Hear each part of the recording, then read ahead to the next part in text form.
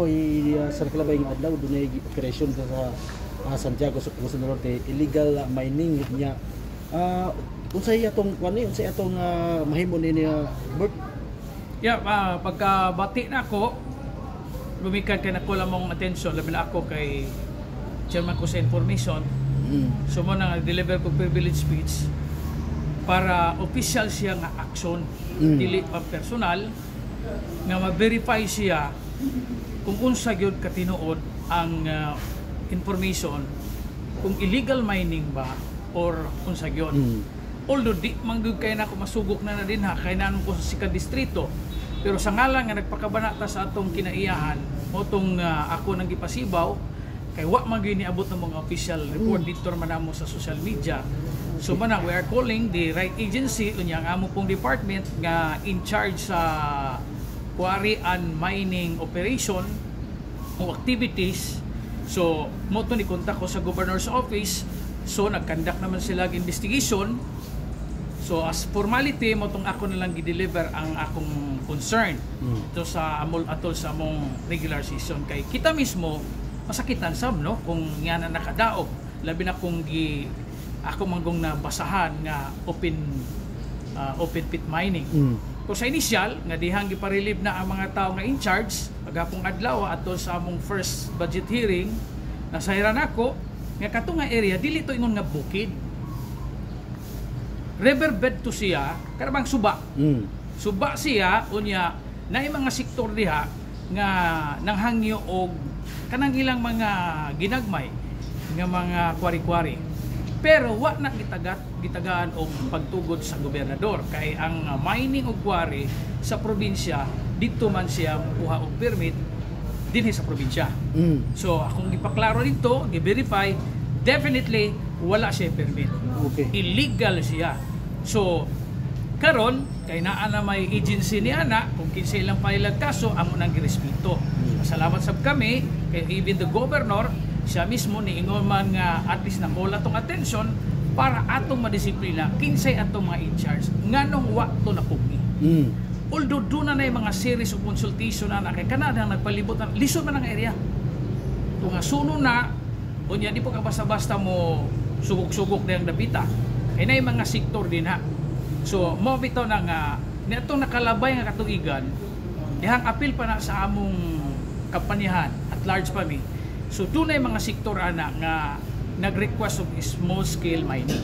So ang disposition nga gihimo ato sa gobernador iyang gipa-assess sa NCIP para maklaro.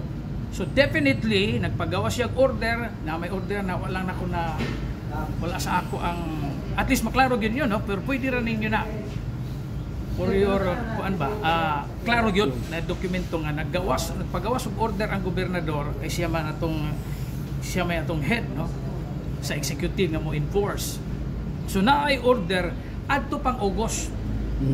Nagpadana siya order ngadto sa tanang munisipyo all forms of illegal activities especially mining and quarry. Even quarry.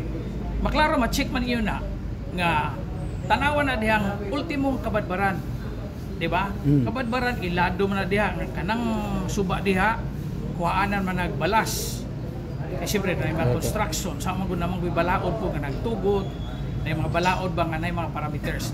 Pero gumikas na itabo itong nakalabay katuigan, hindi pa sirado na sa gobernador. So, mo na karon nga ang gobernador firm. Kami po din isip nag-advocate nga saktong kinaiyahan.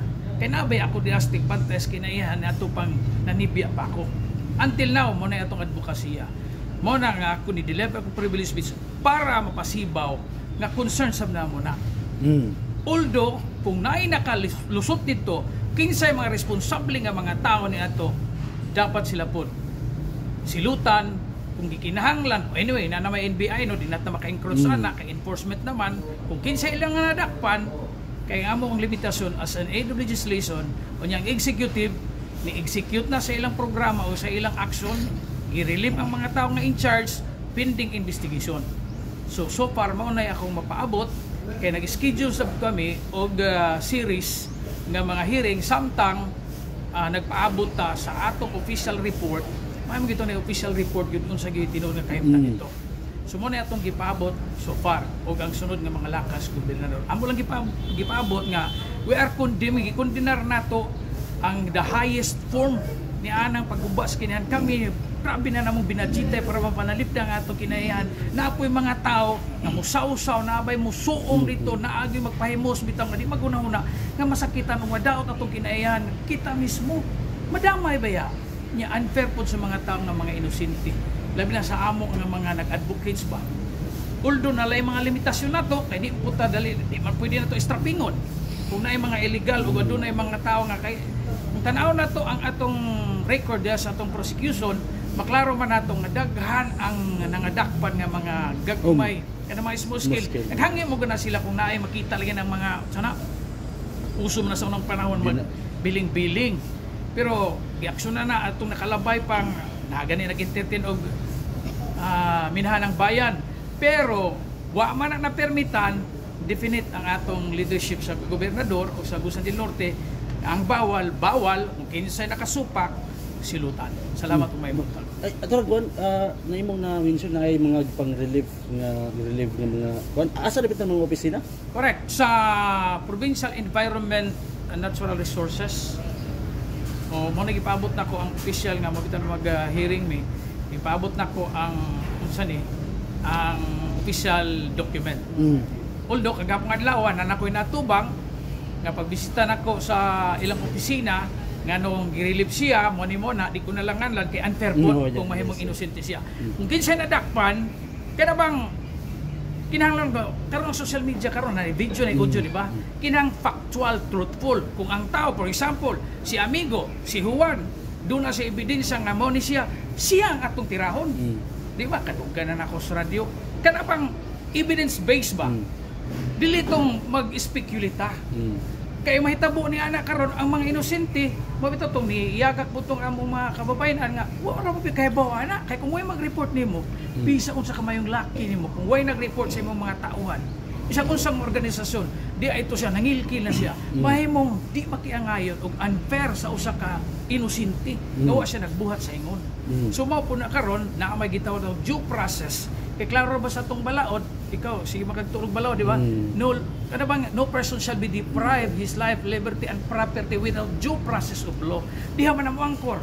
Mo gyud pa magdadali ang gobernador, silutan ni siya. Mo na karon kung inosente siya. So wa kay due process. Ang mahitabuan na magkagut ang kasing-kasing o hunahuna ni atong pamilya. So mo na karon ni sunod ang gobernador pending investigation gipapahawa sa to atong mga in charge. Kung mapamatud-an nga nalambigit sa dunay kakulangon, klaro tataw kay gobernador lahi ra ba gyud. Pila na yung mga taong gipagtanggal sa kadakot ng mga posisyon. So kami po ni sunod isip one family. Salamat. As sa pagkaroon wala pa gyud may nadawat ng mga explanation gikan sa barangay o municipal level ba sa maong dito na dapat. Wala pa kay may tabo man gud ana kana bang kung namo ko in charge. Something ana ba? So i-schedule siya kung insay in charge. Kaya again akong balikon, may mong unfair ba? Ma-unfair sa madamay na tong barangay. Wa day siya, wa siya nangilabot. So mo nakaron ang atong in charge sa may department namo diri, ang Provincial Management and Regulatory Board. So sa quarry og unsa ni mining operation. So sila ang nag-conduct ng investigation. So giwat na mo ang final. Kay lisod man pud nga gumikan lang kay murbag bugso na to ng damdamin ba, di ba? Rangkada ta punya mo lagi di pud maayo nga ang mga innocent katog yung tinuod nga responsable mo gyud matumbo. Anyway, klarong tataw naa naman ang ahensya, for example, nanay law enforcement, NBI, amos lang na naman sila gibuhat, di ba? Sila naman ila man ang na naman sa ila ditong mga papel na sila makuhan. So do their job. Actually kung atong sabto ng 5 pillars of justice system, kami sa administrative kunya panalipdan na mo ang kinaiyahan, mabito nag-budget mi karon kunya kung tunay mga krimen.